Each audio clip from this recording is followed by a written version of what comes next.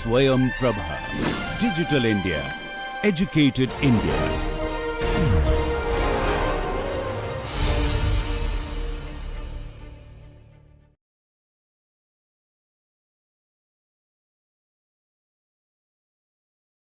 So let us continue on the Stokes flow.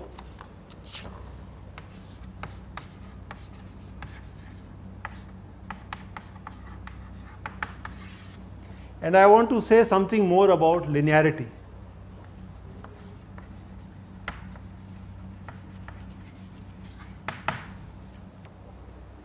The fact that these equations are linear, what it implies is that if I get a velocity field, okay, so the implication of linearity is that suppose V is a solution to the equations, the Stokes equations. Then because this is a linear system, so this implies that minus V should also be a solution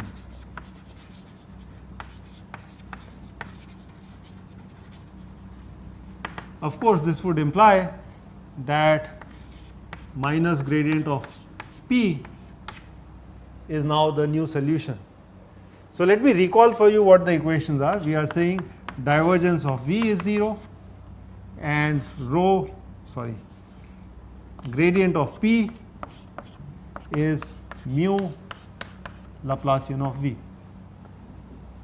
So the argument is, because these equations are linear and since V is a solution, if I put in minus V, then that also should satisfy these equations. Of course, then P would become minus P, okay, and that's why I've written minus gradient P. So this is nice. So if I put a certain obstacle at a very low Reynolds number, and if it satisfies, the flow is from, let's say, left to right, then the same field, if I put it from right to left, that should also be a legitimate flow. So this implies that for a symmetric body,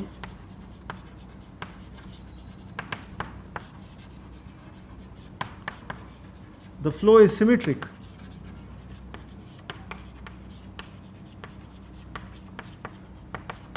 Which means that flow upstream and downstream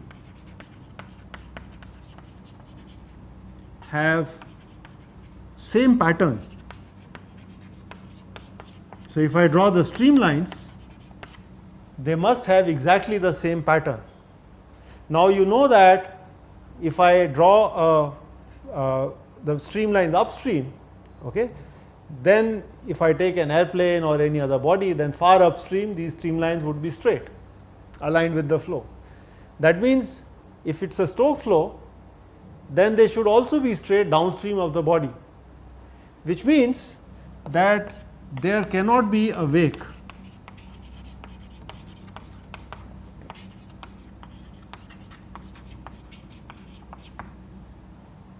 Okay. So this is the beauty of a Stokes flow, okay, the symmetry of it simply by these logical arguments. So let me give you some pictures. And so if I have, let's say, a sphere or a circular cylinder, and suppose I draw some streamlines,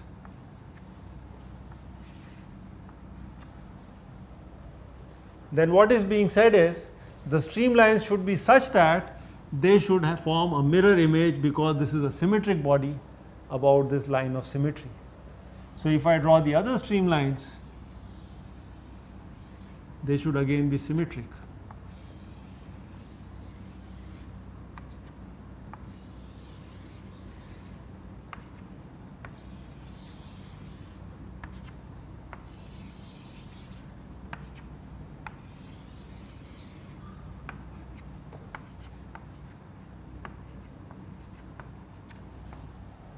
Okay. What if the body has a corner? So suppose I look at a flow that has a corner. it's a symmetric body, but it has these two sharp corners. So this is the axis of symmetry. I am drawing only half the body. If you would like, you can draw the other body, or you can assume that this is also a wall and there is a no slip boundary condition here. So this is an interesting flow. What one expects is that here there would be some kind of a flow separation, and of course we will study what this means, and you would get streamlines like this. So this flow goes like this goes like this, and there would be an eddy here. So this streamline actually has a direction like this, but because this one is going inside, so it has a direction like this. Now it turns out, because this is a Stokes flow and there has to be symmetry, you must have the same flow also on the upstream. So it would just look like a mirror image, and I would get streamlines like this. And this would be now a clockwise vortex, and on the downstream of it is also a clockwise vortex. So this is going like this, and this of course is coming in like this. So there is a saddle point here. We will talk more about these as the course goes on. And if I want to draw the other streamlines, then actually they would go smoothly, perhaps like this. And of course this would also be a streamline. The body surface itself would be a streamline, because no flow can cross the body. And I can draw the other streamlines.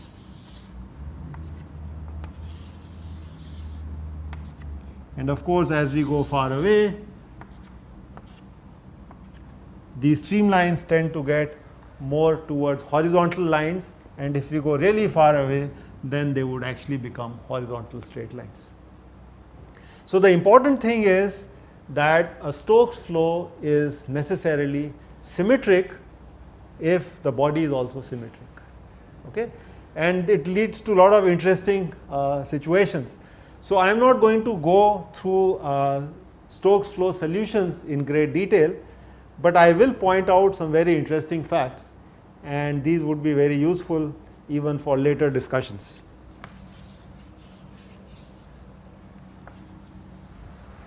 Let me take some time to explain you flow past a sphere. So Stokes flow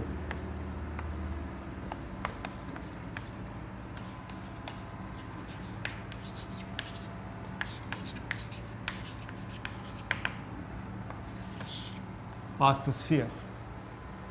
We will have to use spherical coordinates.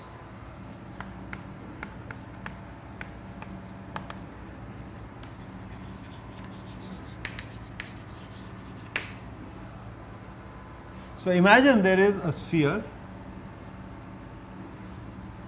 and there is a flow coming in with a speed capital U. And I am interested in, so this is the center, the origin, and I am interested in evaluating the flow at a certain point which has this angle theta, and of course this distance is r. I will assume that the radius of the sphere is uppercase R. So at this point I can talk about the velocity vector. So there would be a radial velocity which I will call Vr, and there would be a tangential velocity which I will call V theta.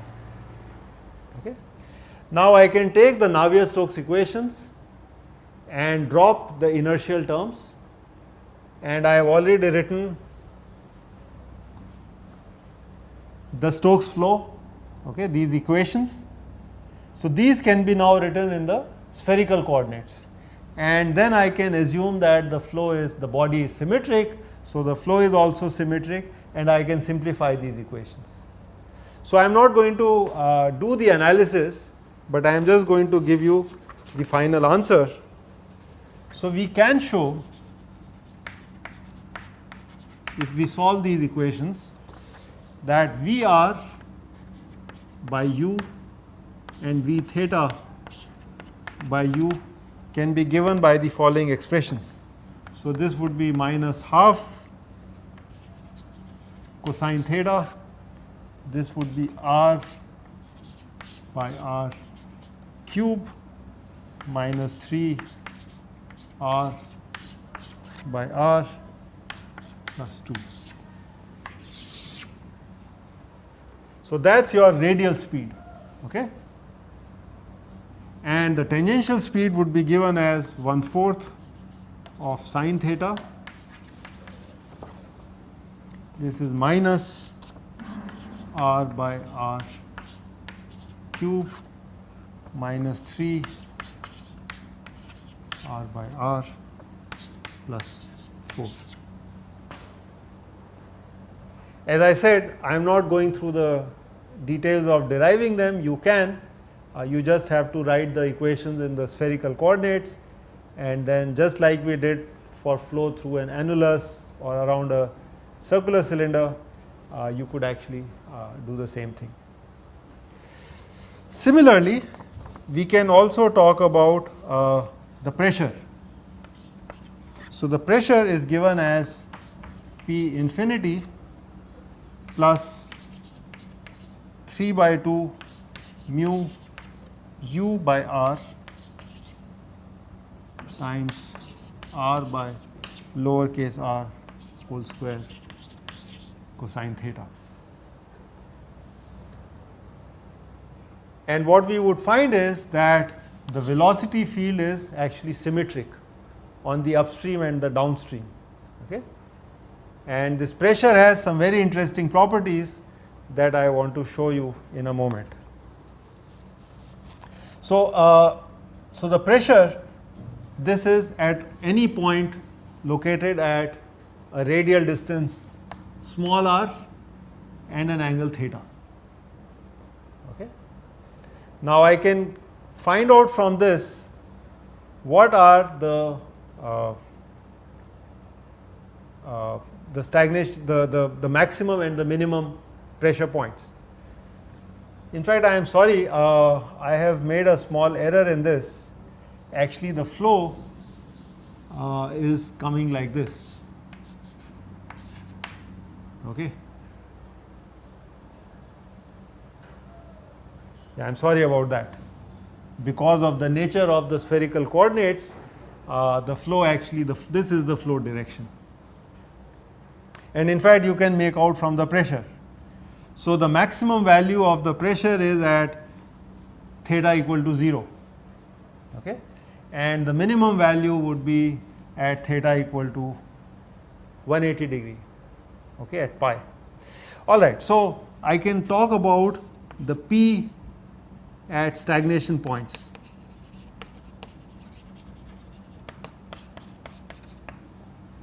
These 2 points A and B are known as stagnation points.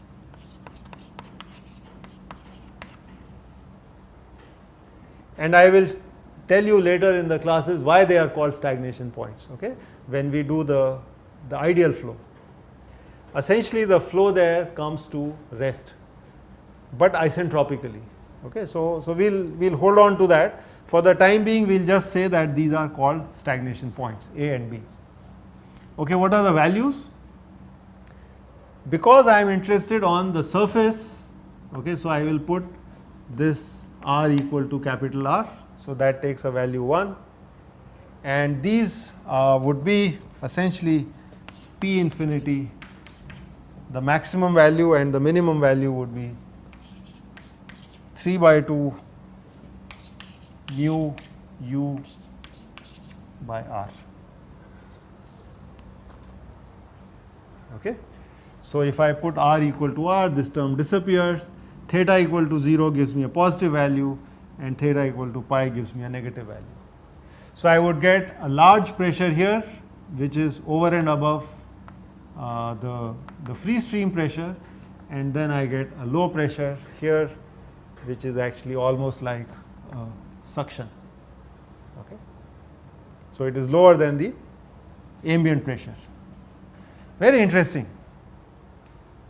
So what you can see is that the flow is symmetric, okay, and the pressure is also symmetric but with a negative sign. So we can call that the pressure is skew symmetric. Okay. But it is very interesting to look at the pressure coefficients. So let us do that. So we are going to define Cp as the pressure coefficient, and this is essentially P minus P infinity divided by half rho u square. So the dynamic pressure. And you can see that Cp at the stagnation points is given as, so Cp at the stagnation points is going to be given as plus minus 3 by 2 mu u by r, and now this has to be non-dimensionalized with half rho u square.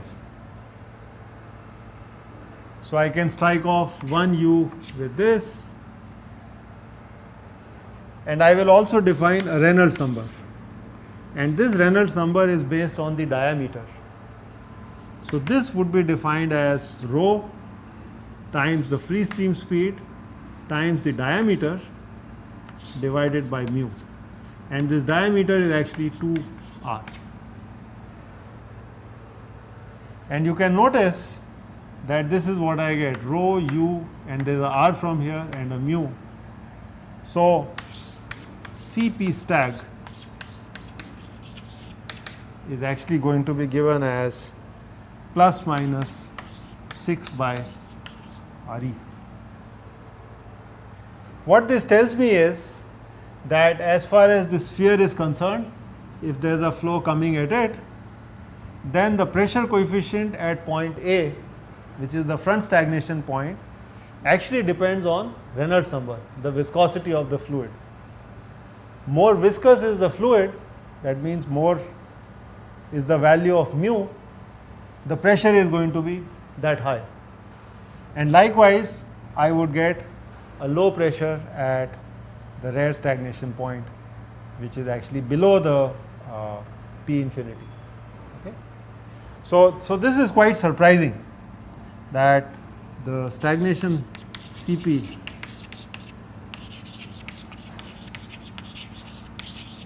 depends on Re,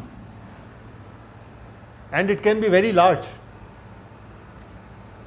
We have not seen it, but we are going to look at it a couple of sessions from now, that if you look at high Reynolds numbers, or if you look at an ideal flow, then actually the Cp at this point would come out to be exactly 1. It does not matter on anything else. Okay? Whereas in the Stokes flow, it seems to depend on the Reynolds number, and it can take extremely large values. So in fact, in the limit of Reynolds number going to 0, if it is really a true Stokes flow, then you can see this value actually blows up. Okay, so you are going to have a very, very large pressure here, and you are going to have an extremely large suction on the rare stagnation point. The next important thing that we want to discuss about the Stokes flow is the force.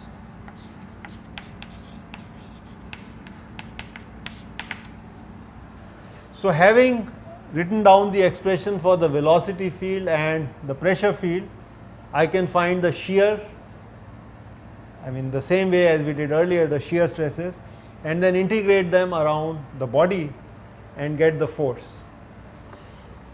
One can do that, and the expression for force in the x direction is 6 pi mu times r u.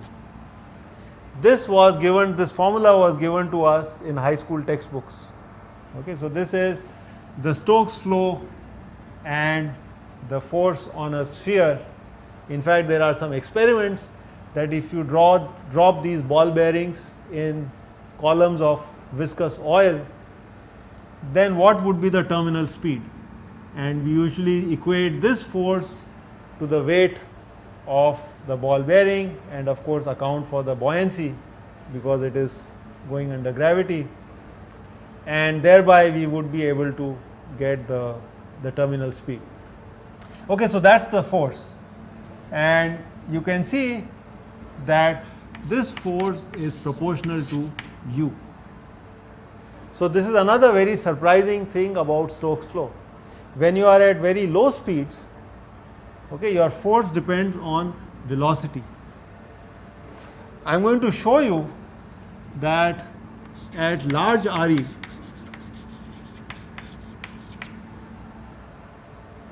the force actually will be proportional to u square. So if I drew a diagram of force versus speed, it is linear in the Stokes regime at very, very low Reynolds number, and if you go to high Reynolds number, then actually it is parabolic, okay, it is u square. In any case, this formula, if you try to see how well it agrees with experimental observation, so agreement with experiments is good, or in fact very good, for Reynolds number less than 0.5, and there is about 10% error for Reynolds number of 1. Okay, so it very quickly, because we have used the Stokes assumption, at Reynolds number 1 also it gives about a 10% error. So that should be kept in mind. I just want to show you one more thing.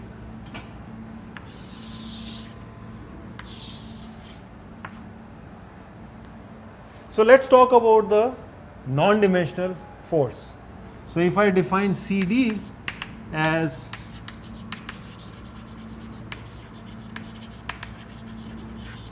the non-dimensional drag, drag is the force in the direction of the free stream.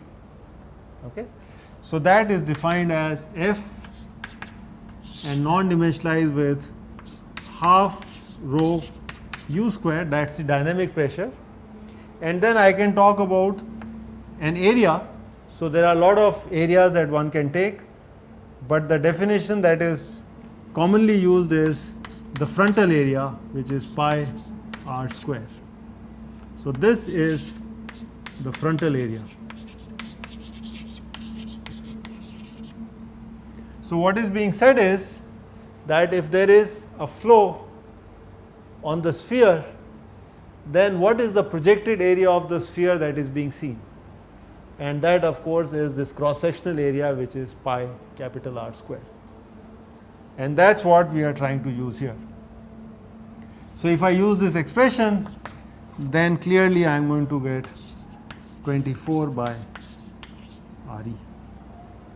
Okay. So CD, the drag coefficient, varies inversely with Reynolds number. So if my Reynolds number is very small, then I generate a very large CD, and likewise. Okay.